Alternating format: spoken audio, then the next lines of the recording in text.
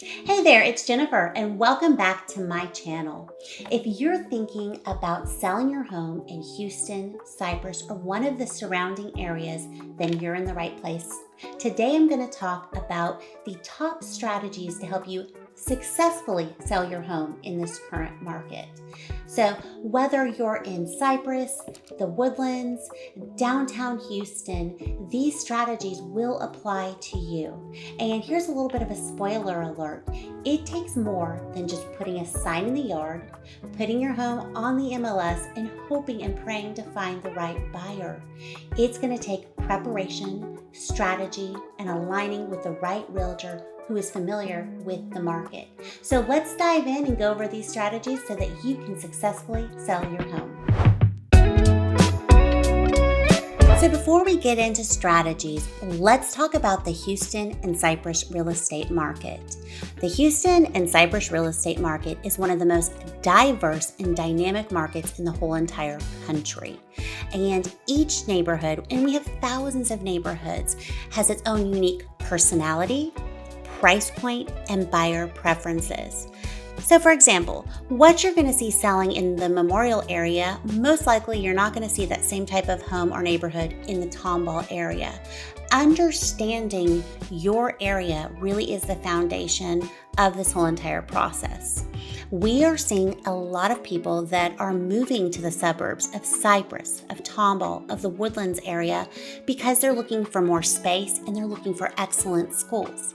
So on the flip side, we still see a lot of people, and particularly it's going to be the younger professionals that we're seeing that are moving to the downtown Houston, Edo, the Heights area because they want that lifestyle and the amenities that come with that lifestyle. They can easily walk to restaurants, to bars, to clubs. They can enjoy that lifestyle.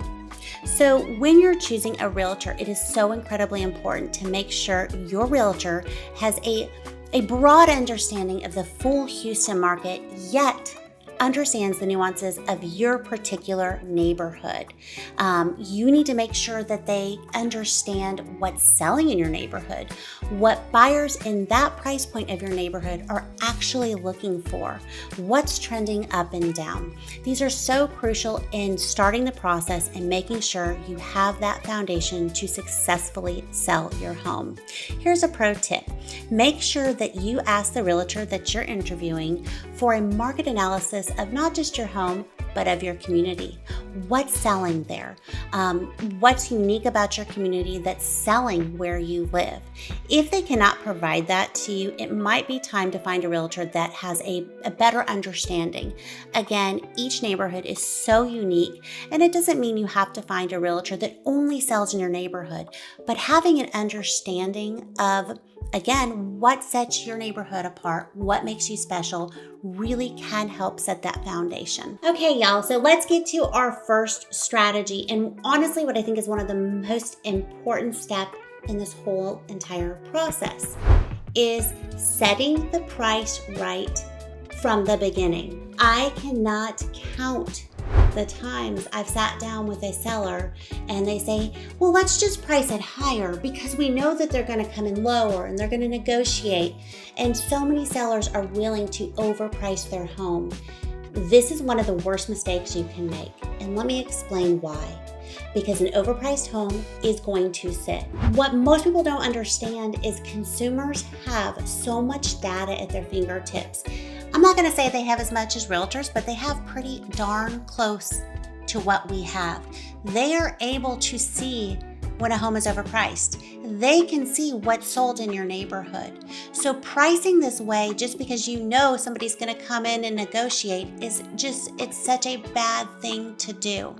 So when you hire a realtor, one of the first things they're going to do is they're going to do a comparative market analysis, which I'm sure you have heard of as a CMA. Now, the CMA is something that is not just automated in our systems.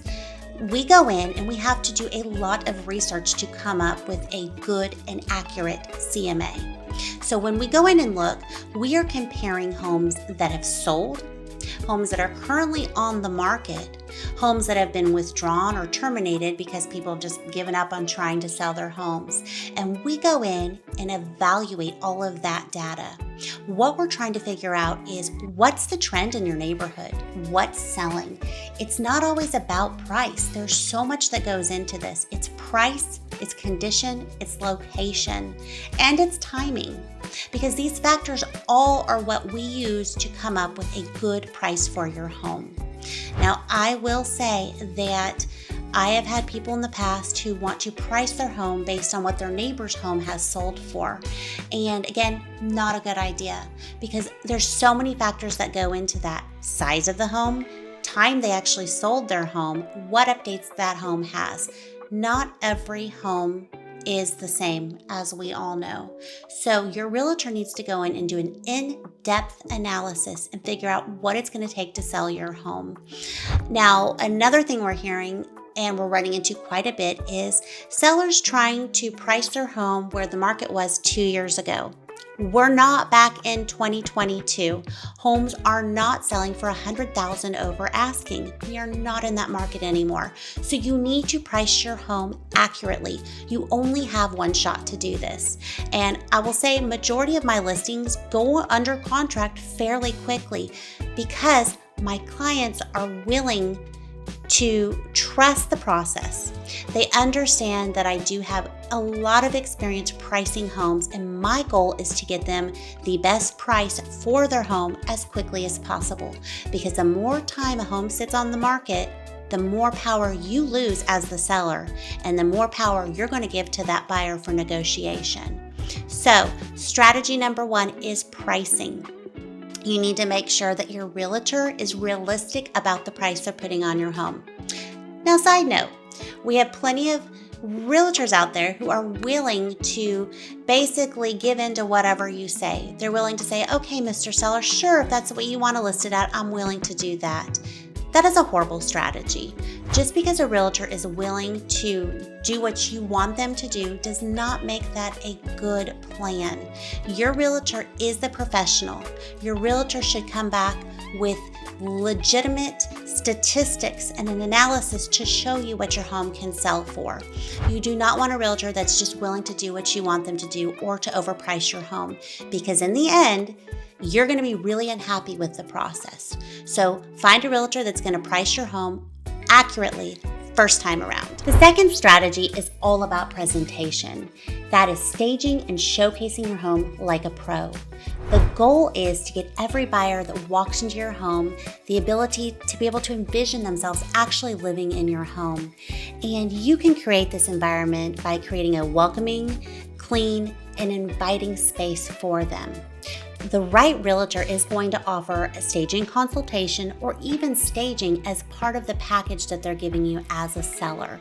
Now, this doesn't mean that they're going to come in and remove all the furniture and put new furniture in. There's a lot of different levels to this.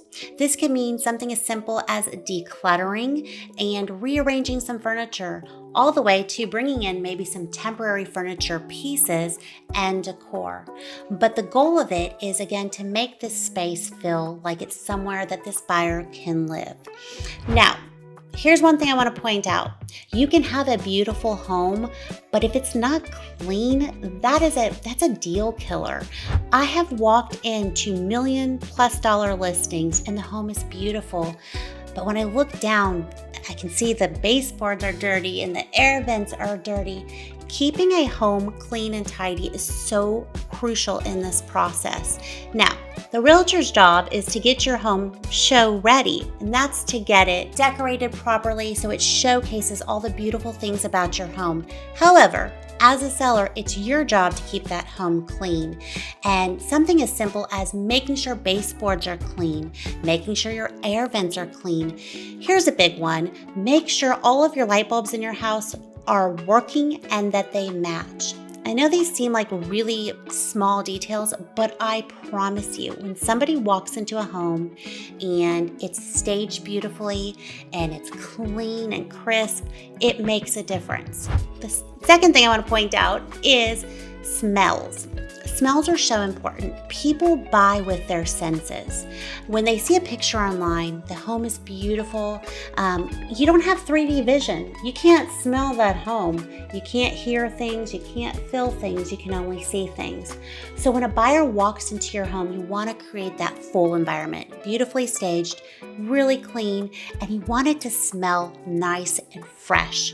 That does not mean putting in 100 air fresheners and burning candles, because on the flip side, that actually makes people think you're trying to hide something.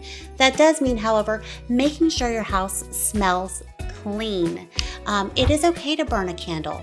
It is okay to have maybe an air freshener or two. One thing we want to make sure, though, is if you have pets, you want to make sure your home doesn't smell like an animal. I am an animal lover. If you follow me on Instagram, you will see pretty much obsessed with animals. But when I walk into a home, I don't want to smell your animal. If that's from making sure the litter box is stored away, that it's cleaned out every single day, maybe multiple times a day, that your home doesn't smell like a dog. And I've had big dogs, and homes do get that big dog smell. You want to neutralize those smells. You want to make sure, again, it's an inviting, clean, comfortable environment. So, number 2, make sure your home shows like a pro, and the right realtor is going to help you get your home staged and make sure you have the right tools and notes to make sure when that house goes on the market that it shines. I think one of the best compliments we get on our listings is when people show up and go, "Oh my gosh, it actually looks like the pictures. It's so clean, it's so fresh." That is one of the biggest compliments we can get as agents and our sellers can get. So we want to make sure your home is showcased in its best light. Let's talk about marketing. This is where a home sale is going to succeed or it could fail, because it's true. Marketing a home is so much more than just putting it on the MLS and hoping and praying that the right buyer comes along. You need a comprehensive marketing strategy to drive the most amount of buyers to your home to view it. A great realtor is going to use a mix of things to help market your home. First and foremost, your realtor should always be doing professional photography of your home. Professional photography should be taken inside, outside, around your community if possible. Second, a 3D virtual tour is a great tool that we use to help get people to look at your home and to be able to view it, obviously walking through it with a 3D tour. Next is going to be aerial photography. Getting aerial photography of the top of your home, of the community, is just another way to showcase your home to everybody. So in addition to these, which I consider more of the basic marketing, your agent really should be doing social media marketing, and they should also be doing paid marketing through platforms such as Instagram and Facebook. Now, although we would love for the organic reach to go further, it really doesn't. So that's why it's so critical to make sure that you are doing those paid ads so that it reaches out to people that you may not be able to reach otherwise. All right, another thing that's kind of a hot topic is open houses. You're going to get a different take on this from pretty much every realtor. My take on it is that open houses are incredibly effective. In the last year, I have been able to bring multiple buyers into my clients' listings, and they actually ended up buying the home. And the reason it was effective, it was because I was there. I was able to answer questions specific to my client's home, and I was able to actually sell this property to people and all the great things about it. Now, I will say when we do open houses, it's not your typical let's put out 1 or 2 signs and just show up 5 minutes ahead of time. Absolutely not. We like to do almost like a mega open house. So we put out at least 25 signs, directional signs. I like to say we use obnoxious signage. We put out flags in front of the home. We door knock the day before or a couple days before the open house and invite the neighbors. And of course, we spread it across social media. So, when you hire a realtor, it is really important to ask them what is their marketing strategy? How do they plan on selling your home and bringing those qualified buyers in?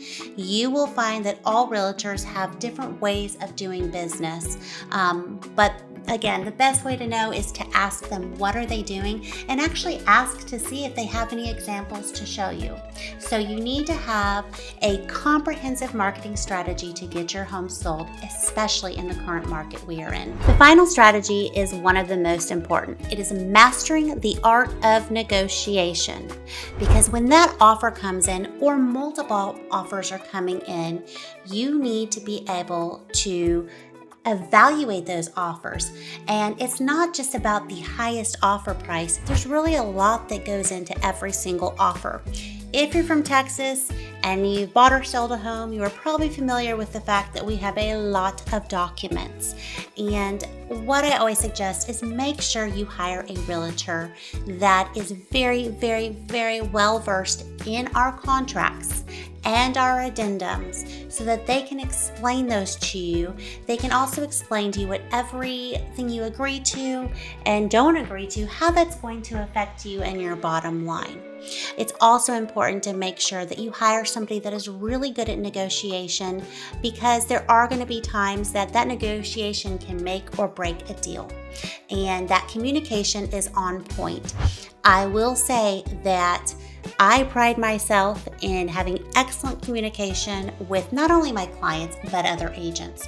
So when other agents see my name come through on a buyer's contract, they say, oh yeah, I like to work with that person. They have thorough contracts, they communicate with me, and they're a great negotiator. So negotiation skills are incredibly important. And, unfortunately, there's not really a way that you can ask what their strategy is for negotiation, but you can certainly talk to people and just see how they communicate with you. Again, what their knowledge is of our contracts, and how, when you do get offers or multiple offers, how they're going to present those to you. So mastering the art of negotiation is incredibly important, because honestly, that's what's going to get you to the finish line. So there you have it, my 4 key strategies to successfully selling your home in the Houston and Cypress area. Again, it's not just about hiring anybody and putting a sign in the yard, because trust me, we all know a realtor, but this is not the time to do anybody a favor. Uncle Bob who got his real estate license, your niece who just got her real estate license.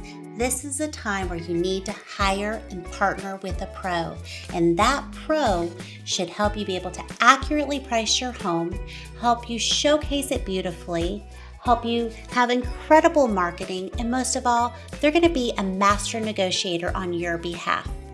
If you're looking to sell a home in the Houston or Cypress area and want a realtor that has all of these qualities, I would love to help you. You can find my contact information in my profile. You can also drop me a comment below and I will be happy to reply. Don't forget to subscribe and like my channel so that you can get future updates on the Houston and Cypress market.